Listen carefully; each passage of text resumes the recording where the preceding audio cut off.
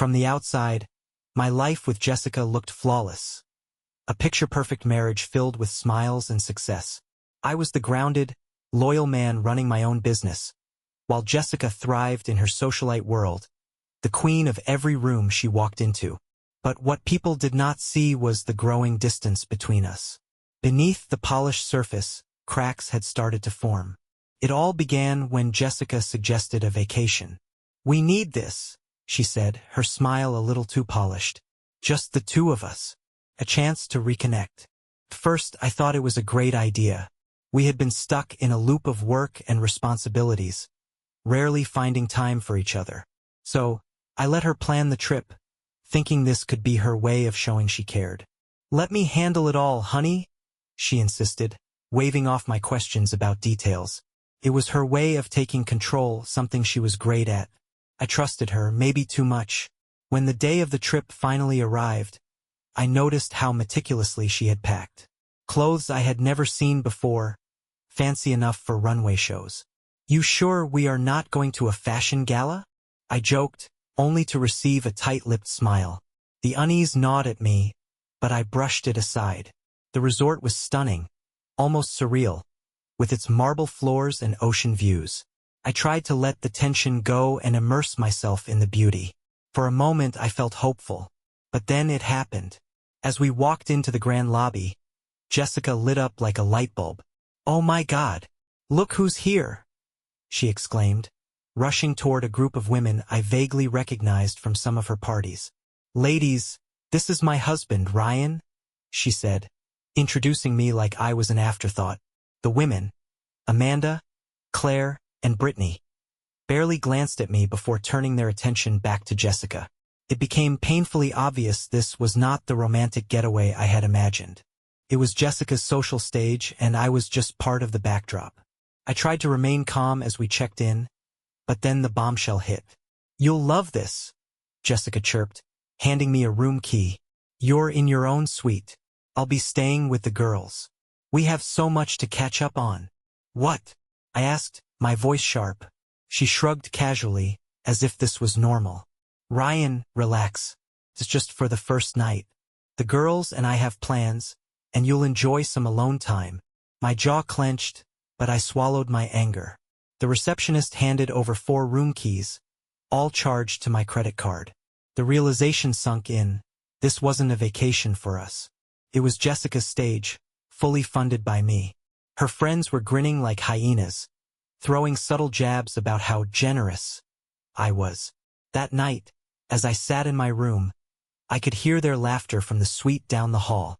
"Ryan's probably sulking," one of them said. Jessica's response? "Oh, he'll get over it. He always does." It was the moment I knew something had to change. The next morning, I woke up determined to clear the air. Whatever this trip was turning into, I needed answers. I headed to the suite where Jessica and her friends were staying, my frustration bubbling beneath the surface. I knocked, and the door swung open, revealing Amanda in a silk robe, holding a mimosa. "Oh, Ryan," she said with a smirk. "Jessica's busy right now. Girl talk, you know." I stepped past her without an invitation. Jessica was lounging on the couch, flipping through her phone, a champagne flute in hand. Claire and Brittany were sprawled on the chairs, laughing at some inside joke. They all stopped when they saw me. "Ryan," Jessica said, her tone annoyed. "What are you doing here?" "What am I doing here?" I shot back. "That's a great question. Maybe you can tell me why you decided to turn this romantic getaway into a girls' trip I'm apparently paying for." Jessica rolled her eyes. "Ryan, you're overreacting. It's just one night with my friends." "One night?" I snapped. "You booked 4 rooms on my card, Jessica. You've been planning this for weeks and didn't think I deserved to know." The room went silent except for Brittany's awkward giggle. Jessica stood, setting her drink down. "Let's talk in private," she said, her tone clipped. She led me into the hallway, closing the door behind her. Her calm facade cracked the moment we were alone. "Why are you making a scene? You're embarrassing me in front of my friends." "Embarrassing you?" I scoffed. "Jessica, you lied to me. You hijacked this trip and made me look like an idiot." What's the deal here? Do you even care how this makes me feel? She folded her arms, her jaw tight. I needed this, Ryan. I needed to unwind. Do you know how exhausting it is keeping up appearances? Being perfect all the time. Her words hit me like a slap. So, this is about appearances? Not us not fixing our marriage. Jessica hesitated, and that pause spoke louder than anything she could have said. I felt something inside me shift, a mixture of anger and clarity. You know what, Jessica? Keep the sweet. Keep your friends. But this is the last time you use me as your ATM. Her eyes widened. What's that supposed to mean? It means I'm done, I said firmly. You've taken enough. I walked away before she could respond, heading for the resort's bar. My hands were shaking, but for the first time in years, I felt like I was taking control. Later that evening, Jessica tried to talk to me again. She showed up at my room, all sweet smiles and fake apologies. Ryan, I didn't mean for it to come off this way. Let me make it up to you. But I could see through her act. Save it, Jessica, I said, cutting her off. I've heard enough for one trip. She glared at me, her mask slipping. Fine, be that way. As the door slammed behind her, I felt the weight of our crumbling relationship settle on my chest.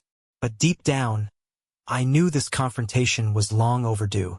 The next morning, I woke up early, the events of the previous day still heavy on my mind. Jessica's betrayal was like a splinter I could not ignore. As I stepped out onto the balcony of my room, the sun was rising over the ocean, painting the sky in shades of pink and gold. It was beautiful, but all I could feel was anger simmering just below the surface. Determined to keep my head clear, I headed down to the beach for a walk. The sound of waves crashing against the shore was soothing, but it only lasted until I spotted Jessica. She was with her friends, their laughter cutting through the peaceful morning air like knives. They were lounging on expensive beach chairs, cocktails in hand, acting like royalty. I almost turned back, but something in me snapped. I approached them, my strides deliberate. The laughter died as they noticed me. Jessica looked up, startled, then quickly masked her expression with an icy smile. Ryan, what a surprise, she said. Care to join us? Why not? I said, my voice calm but firm. I pulled up a chair, the tension in the air so thick you could cut it with a knife. So, Jessica, I began, locking eyes with her. Are you going to tell me how much this little vacation is costing me? Or should I just wait for the credit card bill? Brittany snickered, but Claire elbowed her to stop. Jessica straightened, trying to maintain control. Ryan, this isn't the time or place, she said, her tone dripping with condescension. No, I think it is, I shot back, because I'm done being the fool in this little game you're playing. Jessica's face flushed with anger. You're overreacting, she hissed. This trip was supposed to be fun, but you're ruining it with your drama. I stood, the chair scraping loudly against the sand. My drama? Jessica, you lied to me, hijacked this vacation, and turned me into a bank for your vanity project. The only drama here is your complete disregard for our marriage. For a moment, no one spoke. Then Amanda, always the instigator, muttered under her breath. Wow, insecure much? That was it. I turned to Amanda, my voice sharp. Stay out of it. This is between me and my wife. She rolled her eyes, but before she could say more, Jessica shot up from her chair. Enough. Ryan, if you're going to act like a child, maybe you should leave. Gladly, I said, but let me be clear. This is the last time you make a fool of me. I stormed off, leaving the stunned group behind. My hands were shaking as I headed back to the resort, but I felt a sense of resolve building within me. This was the beginning of the end, and I was ready for whatever came next. I spent the rest of the day trying to calm myself down. No matter how much I tried, the weight of everything Jessica had done, her lies, her complete disregard for me, kept my mind in a whirlwind. I headed to the resort gym, hoping to burn off some steam, but even there, the anger lingered like an unwanted guest. When I got back to my room, my phone buzzed with a message from an unknown number. I opened it hesitantly, only to see a photo of Jessica and her friends, drinks in hand, laughing on the beach. Underneath, the caption read, "Your girl really knows how to party."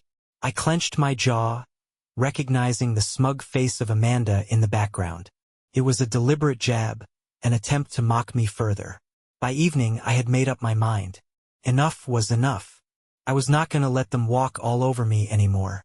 Jessica returned to my room just after dinner, looking smug. "Ryan, are you still sulking?" she asked, leaning casually against the doorframe. "You could have joined us instead of acting like a loner all day." I stared at her, my calm exterior masking the storm inside. "Jessica," I said slowly, "how do you think this marriage is going to work if you treat me like this?" She sighed, exasperated. "Ryan, stop being dramatic. You're overthinking everything. This trip is supposed to be fun." "Fun," I said, my voice rising. "Jessica, this isn't a vacation for us. It's a spectacle for your friends, funded entirely by me. Do you even care about us anymore? Or am I just your personal bank account?" Her face hardened. "You're being ridiculous. I needed this trip, Ryan. I needed time to unwind. And if you can't handle that, maybe you're the problem." That was the moment something inside me broke. "You're right," I said coldly. "I am the problem, for putting up with this for so long." Before she could respond, I grabbed my bag and walked out the door. Jessica shouted after me, but I did not look back. My heart was pounding, my resolve unshakable. I headed straight to the front desk and asked for a separate bill for my room. "And cancel any remaining charges under my name," I added. The receptionist gave me a knowing look but said nothing. I spent the night at a small inn a few miles away from the resort. It was simple, quiet, and exactly what I needed to think. This marriage was over. I just needed to figure out how to end it for good. The next morning, I returned to the resort, not because I wanted to, but because I needed to finalize things. As I walked into the lobby, I spotted Jessica by the bar, sipping her morning coffee and scrolling through her phone like nothing had happened. Her friends were nowhere to be seen. She noticed me and raised an eyebrow, her expression unreadable. "Oh, look who decided to show up," she said, her voice dripping with sarcasm.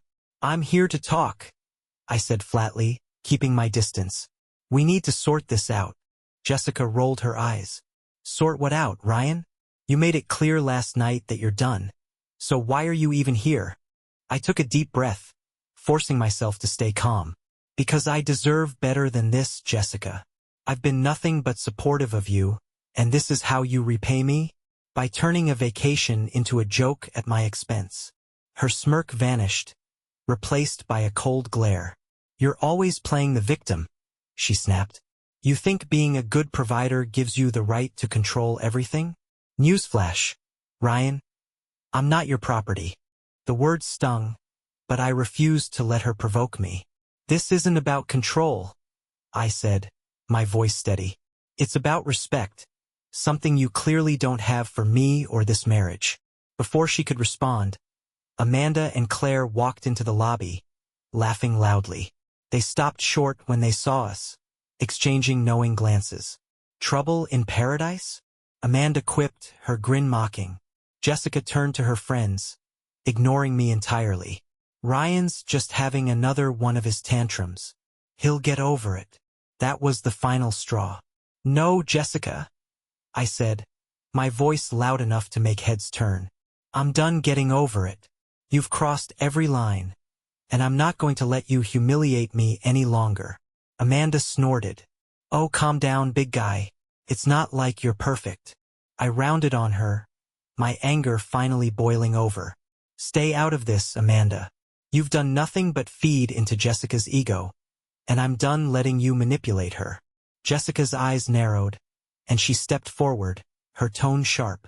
"Don't you dare talk to my friends like that." "Or what, Jessica?" I shot back. "You'll keep pretending this is all my fault? Go ahead. Play the victim. But don't expect me to stick around to watch." Jessica stood there, speechless, as the tension in the lobby reached its breaking point. Her friends shifted uncomfortably, clearly not expecting things to escalate this far. Without another word, I turned and walked out, leaving her and her audience behind. The weight on my chest lifted with every step. I was done being a prop in Jessica's show.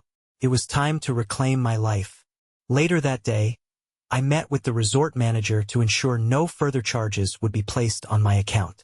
As I waited in the office, I could feel the tension in my shoulders start to ease. This was the first time in years I was truly standing up for myself, and it felt freeing. When I stepped out of the office, I found Jessica waiting for me in the hallway. Her face was flushed, her arms crossed tightly over her chest. "You had no right," she hissed. "Canceling the charges, storming out like that. You're making me look ridiculous." "You've done that all by yourself," I replied calmly. "Jessica, this isn't working. You don't respect me, and I can't keep pretending that's okay." She scoffed, but there was a flicker of something in her eyes. Maybe fear. "So what now? You're just going to leave?" "Yes," I said firmly. "I've already arranged for a cab. This trip, this marriage, whatever this is, it's over." Her jaw dropped, but she quickly recovered, her voice rising. "You're really going to throw everything away because I wanted one trip with my friends? You're pathetic, Ryan." I met her glare without flinching. No, Jessica. "I'm walking away because I've spent too many years being taken for granted. I deserve better, and so do you." Her expression faltered for a moment, as if my words had struck a nerve. But then she turned on her heel and walked away, muttering something under her breath. I did not follow. By the time the cab arrived, I felt like a weight had been lifted off my shoulders. As the driver pulled away from the resort, I looked out at the horizon, the ocean stretching endlessly into the distance. For the first time in years, I felt like I could breathe. Back at home, I wasted no time getting my affairs in order. I called my lawyer and explained everything. "We need to start divorce proceedings," I said, my voice steady. "I've had enough." My lawyer, an efficient woman named Rachel, responded with calm professionalism. "Understood. Let's get everything documented. We'll make this as smooth as possible." The next few weeks were a whirlwind of paperwork and tough conversations. I told Jessica I was filing for divorce during a brief phone call. She laughed bitterly, accusing me of being dramatic, but I stood firm. "This isn't about being dramatic," I said. "It's about moving on." Meanwhile, I focused on rebuilding my life. I reconnected with friends I had not seen in years, poured my energy into my business, and started therapy to untangle the emotional mess I had been carrying. It was not easy, but it was necessary. As the days passed, Jessica's true colors began to show even more clearly. She sent a flurry of texts, first pleading, then accusing. Each message was more desperate than the last. One moment, she begged me to come back, claiming she had made a mistake. The next, she would lash out, calling me selfish and heartless. I stopped replying after the second day. There was nothing left to say. The divorce papers arrived at her door within a week. Jessica was furious. She left me a voicemail that started with screaming and ended with sobbing. "You're going to regret this, Ryan. You think you're so noble, walking away from everything we built." Her words echoed with bitterness, but I could hear the fear underneath it all. She knew she had lost control, and it was eating her alive. I did not regret a thing. By now, word of our separation had spread. Friends and acquaintances started reaching out, offering their condolences or, in some cases, their opinions. One of Jessica's closest friends, Brittany, sent me a text that was so venomous it almost made me laugh.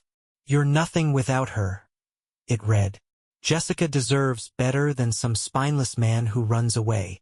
I ignored it. I was done with her circle of enablers. What did surprise me, though, was the call I received from Amanda. Of all people, I expected her to be the last one to show a shred of decency. "Hey, Ryan," she said awkwardly. I wanted to say you were right.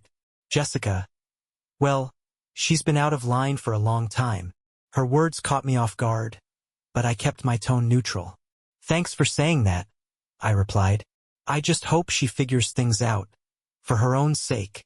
Amanda hesitated before speaking again. "She's not handling this well, you know. You might want to keep an eye out. She's talking about trying to fight the divorce."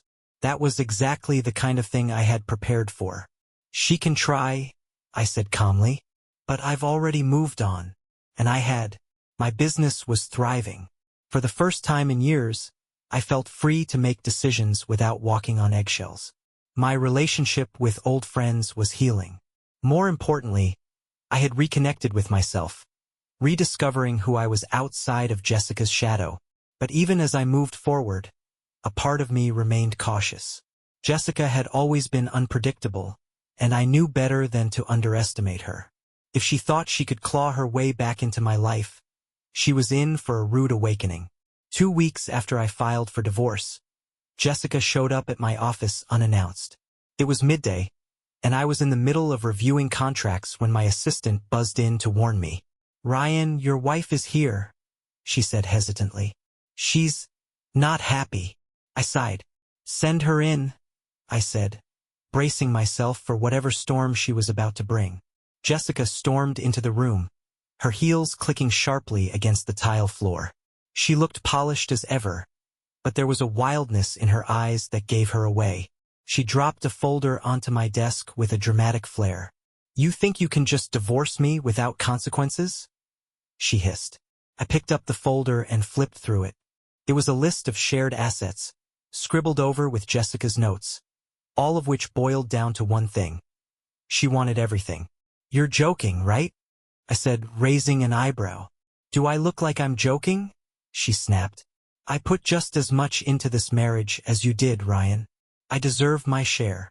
I leaned back in my chair, keeping my voice calm. "Jessica, you spent years using our money to fund your social life. You've contributed nothing to the business or the house. What exactly do you think you're entitled to?" Her face turned crimson, and for a moment, I thought she might throw something at me. "You're not going to win this," she said through gritted teeth. "I'll fight you in court if I have to." "Then fight," I said evenly. "But you're not going to intimidate me anymore." She stared at me, her composure cracking. For all her bravado, I could see the cracks forming. This was not about money or assets, it was about control. Jessica had always thrived on being the one in charge, and losing that terrified her. "Ryan," she said, her tone shifting to something softer, almost pleading. "We can work this out. You don't have to do this." I shook my head. "We're done, Jessica. You made your choices, and now I'm making mine." Her shoulders slumped, and for the first time, I saw genuine defeat in her eyes. She turned without another word and walked out of my office, leaving the folder behind.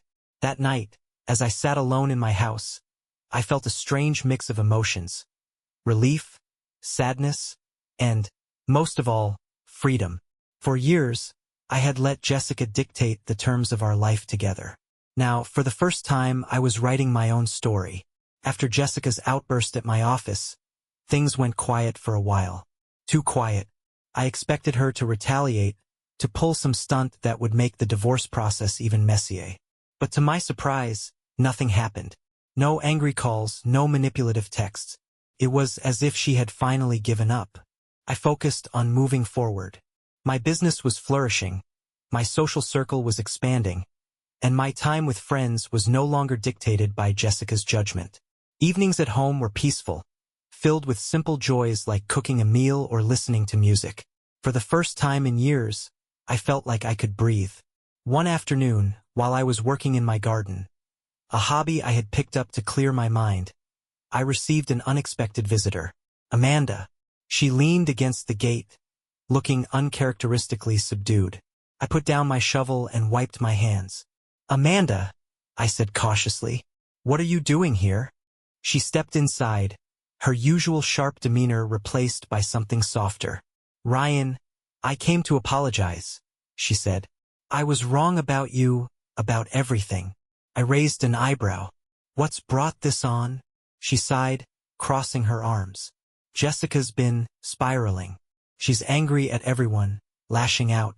She even tried to turn me and Claire against each other, saying I was the one who pushed her too far. At first, I thought you were the problem, but now I see she's always been like this." I let her words sink in. "So why are you telling me this?" I asked. "Because you need to know she's not done with you," Amanda replied. Jessica's been talking about trying to ruin your reputation. Something about spreading rumors to your business contacts. My jaw tightened. I should have known she would not let things go so easily. Thanks for the heads up, I said, my voice measured. But I'll handle it. Amanda hesitated before turning to leave. Ryan, she said softly. For what it's worth, you deserve better than what she gave you. As she walked away, I felt a flicker of vindication. Even Jessica's closest allies were starting to see the truth. The next day, I called my lawyer and briefed her on what Amanda had told me. We need to be prepared, I said. Jessica might try to make this ugly. Rachel, always composed, reassured me. We'll handle it. Just keep your focus on the future. And that is exactly what I did. For every obstacle Jessica tried to throw in my path, I doubled down on my efforts to build a better life. It was not about winning, it was about reclaiming my peace. It was a crisp morning when I received the call from Rachel. Ryan, good news, she said. Jessica's lawyer has reached out. She's agreed to settle. The weight I had been carrying for months lifted in an instant. What changed? I asked, unable to mask my surprise. She realized she has no case, Rachel replied. The assets are clear-cut, and with her spending habits, she cannot justify taking anything beyond what's fair. I think she finally ran out of fight. Fair. The word echoed in my mind. It had been so long since fairness was part of my relationship with Jessica that hearing it now felt almost foreign. Let's get it finalized, I said, exhaling deeply. The sooner this is over, the better. 2 weeks later, I signed the divorce papers. Jessica and I met one last time in the mediator's office. She looked tired, her usual bravado replaced with a quiet resignation. So, this is it, she said, her voice flat. This is it, I confirmed. I met her gaze, searching for some trace of the woman I had once loved. There was nothing but a stranger sitting across from me. Do you hate me, Ryan? She asked suddenly, her voice barely above a whisper. I paused, considering my words carefully. No, Jessica. I don't hate you, but I can't forgive you either, not yet. She nodded slowly, as though she had expected that answer. I guess that's fair. As we walked out of the office, I felt no anger, no sadness, just relief. Jessica went her way, and I went mine, the ties that bound us now nothing more than a distant memory. In the weeks that followed, life began to take shape again. I threw myself into my work, spending late nights at the office not out of necessity, but because I enjoyed it. I reconnected with old friends, people who had drifted away during my marriage. For the first time in years, I felt like myself again. One evening, as I sat on my porch watching the sun dip below the horizon, I thought about how far I had come. Jessica had been a part of my life for so long that the thought of moving on had once seemed impossible. But now it felt inevitable, natural, like shedding an old skin and stepping into something new. I did not know what the future held, but for the first time, that uncertainty excited me. I had learned the value of boundaries, of standing up for myself, of letting go of people who did not value me. Those lessons had been hard-earned, but they were worth it. And so, as the stars began to twinkle in the evening sky, I raised my glass of wine to the quiet, steady peace of a new beginning. This chapter of my life was over, and I was ready to write the next one, on my own terms. Months passed, and life continued to move forward. I hadn't expected it to feel so different, so calm, without Jessica's constant presence. For years, she had been the storm, and now, without her, there was silence. It was a silence I welcomed, a peace I hadn't realized I needed. The divorce was finalized, and I had taken full control of the house, our assets, and, most importantly, my life. There was no more walking on eggshells, no more making excuses for her behavior. It was liberating. I started seeing someone new, not seriously, just casually at first. Her name was Emily, and she was everything Jessica wasn't. Patient, kind, understanding. She didn't see me as an accessory or a bank account. She saw me for who I was. And for the first time in a long while, I felt truly seen. We spent weekends hiking, cooking together, or simply enjoying quiet evenings in. It was simple, but it felt right. The comfort and trust that grew between us were things I hadn't realized I was missing. Slowly, I began to believe that maybe there was still a chance for me to have a healthy, fulfilling relationship, something I had long ago lost hope of. But even as my new life took shape, I knew the past was never truly behind me. Jessica's phone calls became fewer, but I never let my guard down. I knew that a person like her didn't just walk away. She would always be there, lurking in the background, looking for a way back in. And yet, the more I focused on myself, the more distant her memory became. I had learned that peace didn't come from other people, it came from within. One evening, as Emily and I sat on the couch, I received an unexpected text. It was from Jessica, and it simply said, "I miss you. Can we talk?" I stared at the message for a long time. I didn't feel anger, nor did I feel any need to respond. Instead, I set the phone down and turned to Emily. "It's over," I said quietly. Emily nodded, squeezing my hand. And just like that, the past was truly gone. I didn't need to respond to Jessica's message. I didn't need to explain myself, nor did I need her approval.